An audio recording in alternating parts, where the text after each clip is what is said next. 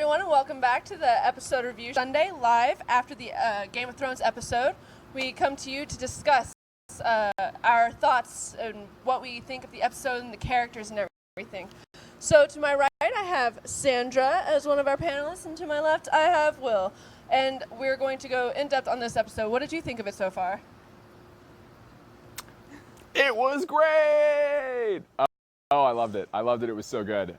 It set some things up nicely, and I'm excited to watch it week. All right. So what did you think about it, Sandra? I thought it was great. I mean, I still sort of pissed off about a few scenes, so I'm kind of mulling over that. It was great. It was great, but I'm kind of upset about a few things. Fair enough. And I liked the episode, and I actually thought it was very well panned out and everything, but we'll get more into that as we continue this review. First off, we have a question of what single part of the show series strayed furthest from the books. Will, you've read the books. What do you think? Well, there's the three-headed dragon prophecy that has not been covered at all in the show. You only got a couple episodes left, guys, so if you're going to get it in, you better hurry. Yeah, it's not good. That three-headed dragon is the entire reason I think Tyrion's Targaryen. So it's the only reason it matters that he would be a Targaryen. Yeah, I think we're down to one dragon now, one-headed dragon. Yeah. I'd say they also kind of humanized Cersei more in the show than in the book, because in the book she is a complete monster, whereas in the show, for instance, at the very beginning, they said that she told Catelyn that she knew what it was like to watch a child with the fever because she lost her first child. Well, in the book she was pregnant, but she had an abortion because she didn't like Robert Baratheon. So, and also she beat Tommen's friend whenever she didn't want to beat Tommen. Oh yeah, that's right. So they kind of humanized Cersei a bit in the show more so than Yeah. Also, Sir Barristan, they killed him to make Tyrion less awesome. I don't even really remember Sir Barristan. Sir Barristan was her hand, and then Tyrion was just kind of there. Oh, that's right. That's right. Sell me. Yes. So. Sell me short. So there are a few things depending on which character you want to follow. I was kind of hoping to see Tyrion run on a little hog. That would have been fun. But that didn't happen. That they wear, where like they got like one tit hanging out. Yeah. They left that out. Dario didn't have interesting color hair with gold beads. I mean, there's a lot of things. It's cool. It's cool. You know. Also, with the books, it was a lot more unexpected. People didn't just show up last second whenever they were needed. Whereas in the show, after the 5th season, it's kind of starting to be like that. We got some Deus Ex Machinas in the show now. In the show now. Yeah. So I would say those are some pretty stray, especially because it's after season 5, it's more D&D, D.B. Weiss and David Benioff writing than it is George R.R. Martin. Sure, he's there as a consultant, but it's not actually. Not Dungeons and Dragons. Yeah. No. They're not just playing Dungeons and Dragons with the characters and then that's the show. They could be. They could be. That's probably how they write the script. All right, GM, I rolled a 6. What do I get? Your dragon dies. Like, Euron's like, and 20. Oh. You take Rhaegal down. Down. Sorry, George. You should have finished the books. So that's probably like the entire cast just sitting around playing D&D, rolling dice. That's the episode, guys. That's what we got. Yeah. But Sandy, you rolled a 1. So, that's just wrong. So That's cold. anyways, also one last thing before we start getting into our review. Will, would you mind going over the game that we have? Yeah, of course. So,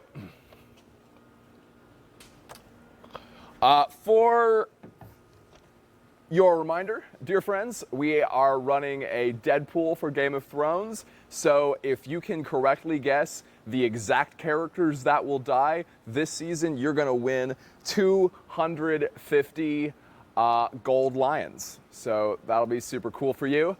So far, we have playing George, Max, Roger. That doesn't say booger at all. It says Roger. It's hard to read upside down. George, Max, Roger, and Sam. So we wish all 4 of you the very best of luck. And please, if you want to play, hop on www.houstonfilmproductionclub.com and sign up. All right, it's only a few easy steps, and it's a chance to win $250, which is always good. I could use that for quite a few things, such as changing my oil. Anyways. It's going to be okay. No. We can't play, so. That's true. Yeah. So now for the actual episode, what we think about it, I actually have more than enough to think more psychologically of what's going on with Jaime and Cersei and Brienne. I just like to get into all their heads. But what were some parts of the episode that really struck you, Will?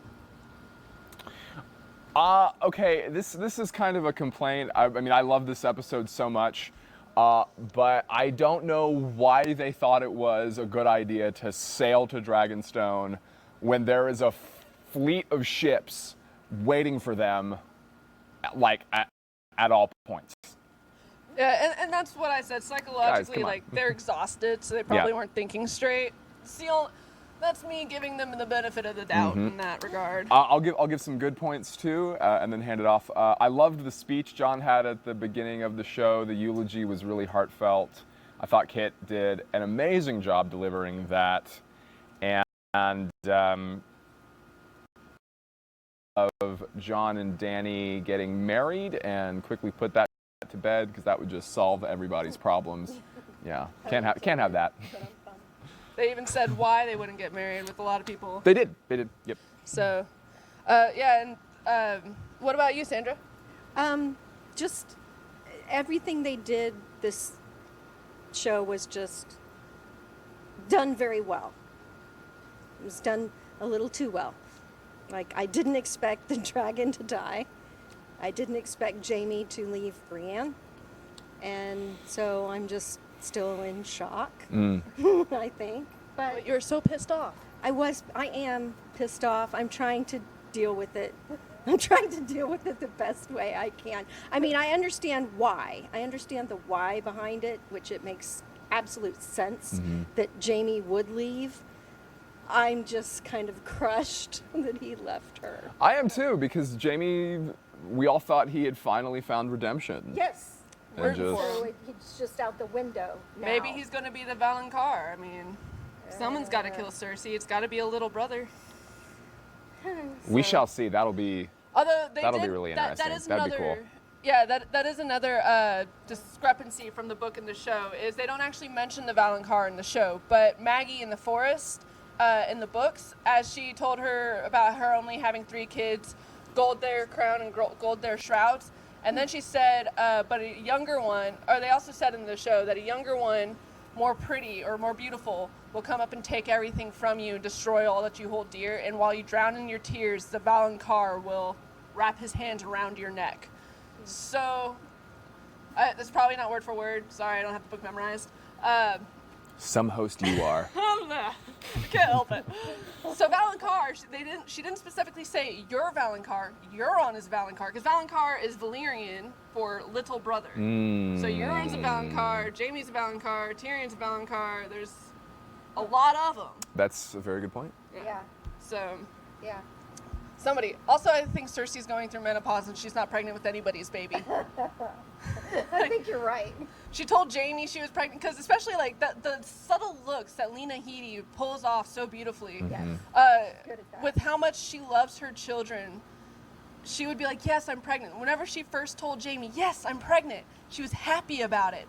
And then later on, she didn't drink wine and she was still very like, yes. And then even later on, after Euron, her bound chicken wow wow, she starts drinking wine and he's like, I'll put a prince in your belly, and she just goes, it's one of those, like, that subtle look. And then in this episode, Yeah, but I think she wants him to believe that. she does want him to Definitely. believe that. She does. And then For her advantage. yeah, and then in this episode, once again, whenever she says we're pregnant, it's not a we're pregnant, it's a we're pregnant, with Yeah. a little sad look in her eye. Like, Lena Headey is really pulling that off beautifully. So I think she's going through menopause, and it's not pregnancy that's keeping her period from coming. What do you think? I think you're right. I don't know if she's in menopause, but she's not pregnant. She's not pregnant. There's no way. I say Maggie the Frog prophecy would prove that, but she, according to the show, had another baby, so she had 4 kids, not 3, according to the show. Yeah, it does carry with it a lot of capital, though, a lot of political capital. We had that really great speech that Tyrion had. Protect your baby, give up your throne, et cetera, et cetera, et cetera. Right. Like she's got everybody believing it, and that is probably going to be her way, or that's her way of manipulating everybody to play how she wants. And since they don't know she's lying, they're going to do exactly what she thinks. But anyways, as far as Jaime leaving Brienne, as I was saying to them earlier, I think that's mainly because all of the horrible things that he did for Cersei, it would all be for nothing, and it would prove that he is a horrible person himself, and he wouldn't just be able to live with himself doing all of that for nothing. Yeah. So it's one of those, be able to live with yourself and go to Cersei, or not be able to live with yourself and stay miserable and kind of resentful with Brienne. As much chemistry as they have, that's basically what I think it would boil down to. Yeah. So. Yeah. Yeah, I agree. It just crushed her. She was crushed. Oh my God. She should have stayed with Tormund. Yeah, he wouldn't have left her side ever. Ever. The only reason he left, women here don't like me. Yeah. Well, that was true, right? Pretty much. Gwendolyn Christie did such an amazing job Yes. playing that sad goodbye. Yes, it was She's great. awkward, not awkward, whenever they were first getting together in that room. It's like, what are you doing? Oh, let me do it for you. It wasn't as awkward as Arya's scene. That's just because everybody sees her as their daughter. Well, maybe. I agree. Yeah, Yeah. probably. I agree. The only people who find it awkward are people who are old enough to have been like an older sibling or parent figure to her. Everybody else don't really consider it awkward, I'm sure. That's a. A lot You of were a people, psychology major. a lot of people don't feel that it's awkward, but I don't know. I just don't see her in that light. Because you're old enough to be her mother. I just don't buy it. I'm probably old enough to be her mother, but I don't buy it. I mean, I just didn't. It just didn't seem real to me that she would be that way. Yeah, and like I said, it's because people of a certain age. Because like even I was like, ugh. Yeah, I'm too old to see her any. Yeah, it's just she seems so young and little. Yeah. It's weird. That was a challenging scene too. It was, but I mean, once you get past that, I just didn't see her as the aggressor. Not that she wouldn't have wanted to, have sex before she died. She thought she was going to die, but I didn't buy that she was the aggressor. I didn't buy that part. What did y'all think of her scene with the Gendry? Hound today? I liked it. Yeah. I thought that was cute. I loved that. I mean, we all kind of circle. figured she was going Full back circle. to Full circle. Full circle. Yeah. I That kind was of really feel cute between the two. yeah. I kind of feel bad for Gendry though. Poor guy. Yeah, he was really put on the spot.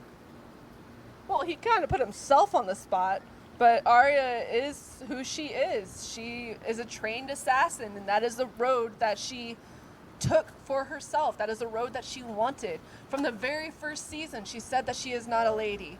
Whenever she saw Nymeria again, she did a callback to, Yep. they are not ladies. So when Gendry proposed, it's kind of like, but Arya is not a lady, and she says that. So yes, it might have broken Gendry's heart, but Arya is staying true to who she is. Right. So she, Yeah, he looked upset. He was heartbroken. He was upset. Yeah, a lot of heartbreak. Yeah, it hit him hard, like a kick to the gut. if only he was never made a lord. I mean, Well, I mean, Daenerys probably felt like she had, as she told Tyrion, "You're not the only clever one," because she was trying to win his loyalty, and Right. to be in a room full of people with the guy who, everybody in there would, if they knew his claim, like who he truly was, would be the true claim to the throne, and how they were all treating him without knowing that. right. And you're in a foreign land. I mean, yes, it's the place that she was born, but she had come there from across the narrow sea where she spent most of her life. and where the people there know who she is. They consider her mother of dragons, breaker of chains, their savior, all these things. And then she comes to this land where all they see is, who are you? You're a foreign girl. Sure, you have dragons. Whoop-de-doo, you're coming to conquer us. Like, so she has no relation with anybody. And you can see that in her eyes as she is sitting there so lonely, kind of. I saw it as lonely. She looked lonely to me. She looked lonely. Yeah. She did. She looked sad and lonely. She didn't have Jorah. Yeah, and then they kill Missandei at the end to make her even more like that is turning her into the Mad Queen, if nothing else. All that loss and having nobody to go to. A Targaryen alone in the world is a very dangerous thing. And in a way, she lost Jon too. Yeah, because Jon, being a Stark, can't really screw his aunt. But anyway, so knowing that Daenerys is going down the path of the Mad Queen and that Varys is catching on, and Daenerys and Varys are both on our dead list over there. Go ahead and go to www.houstonfilmproduction.com. Sorry, I can't talk sometimes. And put in who you believe is going to die. Now, if everybody on your list dies, awesome. If somebody dies that is not on your list, you don't win. So you have to get everybody exactly correct on your list to win that $250 prize. So just go to www.houstonfilmproductionclub.com, sign up, and how confident are you in your picks? You want to give them the names of who they can? I mean, I can. It's Jon, Daenerys, Sansa, Arya, Brienne, Cersei. Theon's been X'd off. The Hound, Bronn, Grey Worm. I mean, after Missandei's death, he might go charging in, get himself killed by the mountain or something. Euron, Sam, Brienne, and Gilly. So, did I say Varys and Jaime? Yeah. Also get Varys and Jaime. So, those are the people that we have on our dead list. We're going to close it up before the last episode, so you got to hurry up and sign on in there. And just, tell us who you think is going to die. We can't play, otherwise we would. Our picks are Grey Worm, Cersei, Euron, and Theon. Theon's dead, though, so yay. So we got one right. So far. We chose that. Yeah. I mean, if we had Missandei instead of Grey Worm, maybe. Well, right. And the way Missandei died. I mean, I still think Lyanna Mormont has, like, the most bamf death there is by stabbing that giant in the eye. But with one word, Missandei sentenced an entire city to death. Dracarys. Yeah. She gave a sign. I mean, that was a signal to Daenerys. Yes. Burn them all. Exactly. And that was all she had to say. And all the Mad King said was burn them all, burn them all, burn them all, before Jaime stabbed him in the back. Ooh, wow, this ought to be interesting. Next week. Yep. And you have Jaime coming down to King's Landing. You know how he feels about people who say burn them all. So, but we still have Yara. We can't forget about Yara with the Krakens. Yeah. So, back with her fleet for Daenerys. Yeah, she's hiding out somewhere, right? Yeah, she went back to her home, the Iron Islands, so that she could keep them for Daenerys in case Daenerys needed somewhere to retreat after the White Walkers. Yeah. So she's still there. So if Daenerys can just get a raven over to Yara. Yara, of course, has a lot of reasons to want to kill Euron. So if Yara can take out Euron and turn those ships that Euron had with the dragon killing scorpions, turn those ships onto King's Landing, they could wreak some pretty good havoc. Ooh. Especially against the Golden Company, who probably some of them are on some boats still. Yeah. No, that's right. You're right. No, well, hopefully they don't kill the last dragon, Drogon. From the look Euron had, as in the episode preview for next week. That's right. As he like had the scorpion, the look that he had on his face Fear. of what? Like Maybe shock, they put armor on shock Drogon. and fear. Yeah, I think maybe so. Yeah, I agree. That'd be really That quick would working. really be awesome. Yeah, I know. Somebody was busy. Okay, I have a prediction. We know dragons can hang out in water, so I think that Drogon's going to attack from below. Ooh.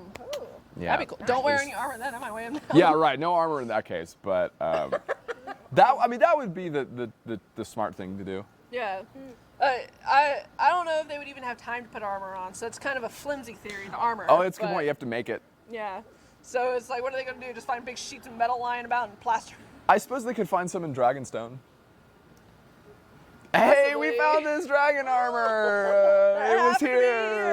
In that closet. Yeah, right. I mean, with D.B. Weiss and David Benioff writing, things have come in very handy last second. Let's see. right. That Roll has happened. percentile for. That has happened. Is there spare Is there dragon gonna be armor? for the Are they going to roll a 20 or a 1? Yeah.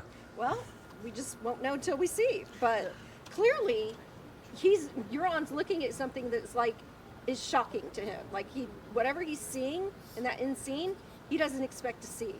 Like so, he's caught off guard. Yeah. Somewhat he is. He's a little surprised. Yeah. And I think Jon's probably going to die because he left Ghost behind. Kit Harington does an amazing job with Jon Snow, but I really don't like him.